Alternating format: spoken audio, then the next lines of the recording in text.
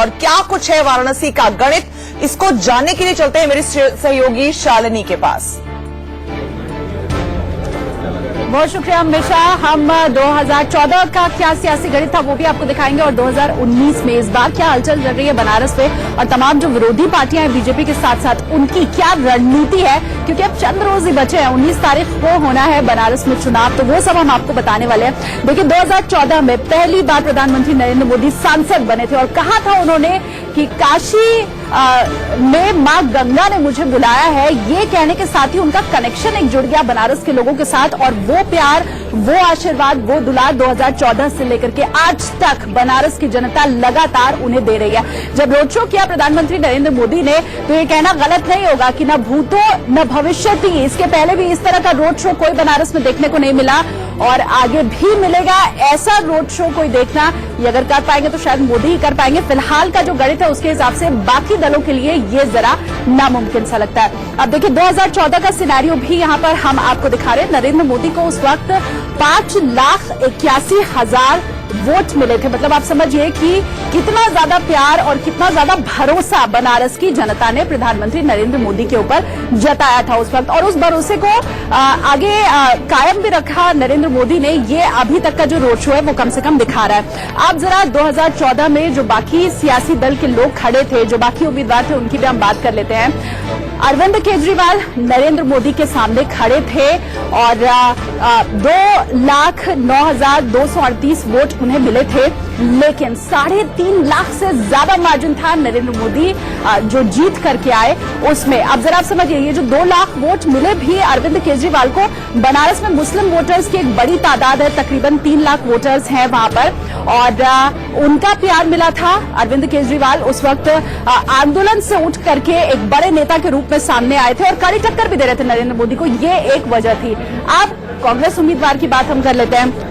सपा ने उस वक्त अजय राय को उतारा था, 75,000 के करीब उन्हें वोट मिले थे, हालांकि जमानत भी वो नहीं बचा पाए थे। एसपी बीएसपी की भी यहाँ पर बात करना बेकार है क्योंकि उनके भी प्रत्याशी जमानत नहीं बचा पाए थे, उनकी जमानत जब्त हो गई थी। तो प्रधानमंत्री नरेंद्र मोदी उस वक्त एक बड़ा चेहरा बन करके वहां पर उभरे थे। अब चलिए 2019 की भी हम बात कर लेते हैं। 2019 में नरेंद्र मोदी बीजेपी के कैंडिडेट हैं यहां से और अजय राय को फिर से कांग्रेस ने चुनावी मैदान में उतारा है। हालांकि 2014 में जो उनका प्रदर्शन रहा है उसके हिसाब से दोबारा इनको उतारना क्या सही है या गलत है, क्योंकि पहले प्रियंका गांधी ये कह रही थी कि अगर पार्टी मेरे ऊपर भरोसा करे और मुझे लड़वाए बनारस से चुनाव तो मुझे इसमें कोई आपत्ति नहीं है। और जो मोदी समर्थक है वो भी कह रहे हैं कि अगर प्रियंका गांधी बनारस से चुनाव लड़ती तो कम से कम टक्कर मजेदार होती और एक अच्छी फाइट दिखाई देती, शायद 2020 मैच के जैसा यहाँ पर कुछ मुकाबला दिखाई देता, लेकिन फिलहाल वो नजर आ नहीं रहा है। और इसके अलावा गठबंधन है सपा और बसपा का, तो शालिनी यादव उनकी तरफ से यहाँ पर खड़ी है। तो ये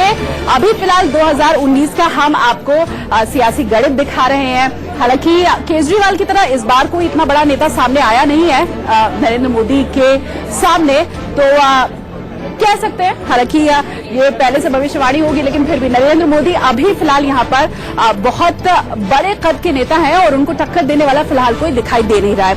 अब काशी का जो सियासी प्लान इस वक्त का चल रहा है उसके बारे में भी आप जरा समझ लीजिए। देखिए ऐसा कहा जा रहा है कि जिस दिन वोटिंग होनी है उस दिन नरेंद्र मोदी बनारस में मौजूद रहेंगे। कहा यही जा रहा है कि 17 से लेकर के 19 तक वो वहीं पर मौजूद रहेंगे, क्योंकि जीत उनकी पक्की है ये वो मान रहे हैं। लेकिन बीजेपी और नरेंद्र मोदी ये चाहते हैं कि उनकी जो जीत है वो बड़ी हो और बहुत बड़े मार्जिन से, रिकॉर्ड मतों से वो जीत करके सामने आए। मैं आपको ये भी बताऊं कि अभी तक ये जो रिकॉर्ड है ये है सीपीआईएम के अनिल बासु के नाम, जिन्होंने 2004 में ये करिश्मा किया था। प्रधानमंत्री नरेंद्र मोदी उस रिकॉर्ड को तोड़ते हुए एक बार रिकॉर्ड मतों से यहां पर जीत हासिल करने की तैयारी में है। हालांकि प्रियंका गांधी की तरफ से भी रोड शो अभी किया जाना है बनारस में और कहा यह जा रहा है कि कल प्रियंका गांधी वहां पर आएंगी। इसके अलावा सपा बसपा का भी एक अच्छा प्लान है, लेकिन क्या प्रियंका गांधी का रोड शो नरेंद्र मोदी के रोड शो की तरह होता है या नहीं, ये थोड़ा फिलहाल इंतजार हमें यहाँ पर करना पड़ेगा। हमेशा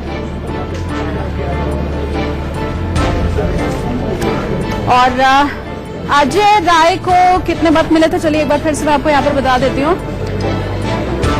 अजय राय के रोड शो का क्या प्लान है, आप ये समझिए। एक बार फिर से कांग्रेस ने उनके ऊपर भरोसा जताया है और कांग्रेस की तरफ से प्रत्याशी 29 अप्रैल को यहां पर रोड शो कर चुके हैं अजय राय, और 18 से 20 अप्रैल तक प्रियंका गांधी। अब हमने पहले देखा था कि एक बोट यात्रा कर चुकी है, सॉफ्ट हिंदुत्व कार्ड वो खेलती हुई हमें दिखाई दी, और किस तरह से प्रियंका गांधी ने यहाँ पर गंगा यात्रा की ये भी हमने देखा। और रोड शो प्रियंका गांधी का यहाँ पर होने वाला है 15 मई को। तो अब देखने वाली बात होगी कि ये रोड शो कितना काम करता है, क्या वो बनारस की जनता को खींच पाने में कामयाब रहती हैं या नहीं रहती हैं। हालांकि सिर्फ 15 मई को उनका रोड शो नहीं है, आगे भी वो यहाँ पर रुकने वाली है। 16 और 17 मई को भी प्रियंका गांधी डेरा डाल करके रहेंगी बनारस में, और तमाम जो वोटर्स हैं उन्हें आकर्षित करने की कवायद तो यहाँ पर खूब होने वाली है। लेकिन अब काशी की जनता चुनती किसे, ये 19 तारीख को ही पता चलेगा और ईवीएम में कैद होगा। एक छोटे से ब्रेक के लिए हम यहाँ पर रुक रहे हैं, आप देखते रहिए इंडिया न्यूज।